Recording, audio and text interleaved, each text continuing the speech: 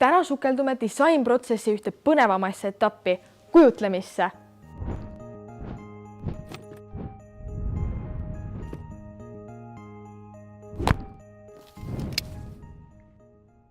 Kui oleme otsustanud, millise probleemi osaga hakkame tegelema, on aeg meie mõtted vabaks lasta. Siin ei ole mingisuguseid reegleid ega piiranguid, hoopis vastupidi. Siin on ruumi kõige suurtematele, julgematele ja hullumeelsematele ideedele üldse. Ära karda pakkuda välja midagi absurdset. Just need ideed, mis tunduvad alguses nii imelikud või võimatud, võivadki viia just nende lahendusteni, mis on nii geniaalsed. Okei, nüüd me peame... Kes need on? Mu sõbrad.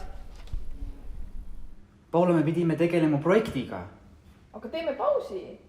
Mis projekt? Oota jah, mis projekt? Me pidime tegema projekti, et reostuse probleemi lahendada. Aga sina tahad sõpradega hängida. No, las nad aitavad. Seda kutsutaksegi tiimitööks. Tiimitöö on väga hea mõte. Oota, mis projekt? Ma olen projektide vastu allergiline ja mul on foobia nende vastu. Pealegi ma olen juba 15 minutit trenni hiljaks jäänud. Kuulge, lihtsalt alustame. Siin ütleb, et peame mõtlema välja 8 pöörast ideed 8 minutiga. Vabandust, foobia. Ja pealegi mul pole 8 minutit aega, sest ma olen juba 2 trenni hiljaks jäänud. See on lihtne, me saaks ju minutiga tehtud. Sul on õigus. Teeme 1 minutiga. Ei, ära... 3, 2, 1, läks! Hiiglased toimuimeja. Koristajad. Komposteerivad robot. Masin, mis viib kõik prügi kosmosesse. Sorteeriv ahi. Sorteerivad ahvid. Masin, mis sorteerib mu foobiat. Vabandust, prügi. Veidi hiljem.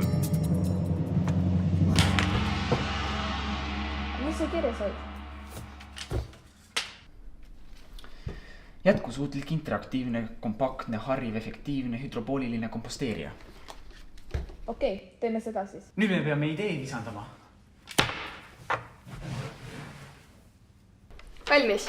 Kuidas sa nii kiiresti joonistad? Ma käin joonistamise trennis, koondises harjutan. Kas see on üks su trennides, kuhu sa oled hiljaks jäänud või? Mis siis, kui me teeksime sellise? Noh, millise me siis ehitame? Peeter, Paula ja nende sõbrad näitasid meile, et mida avatumad oleme pöörastele ideedele, seda unikaalsemaid lahendusi võime leida. Kuigi ideede genereerimine võib tunduda kaootiline ja mänguline, on see väga oluline osa lahenduste leidmise juures, sest see aitab meil mõelda kastist välja ja näha lahendusi uue nurga alt.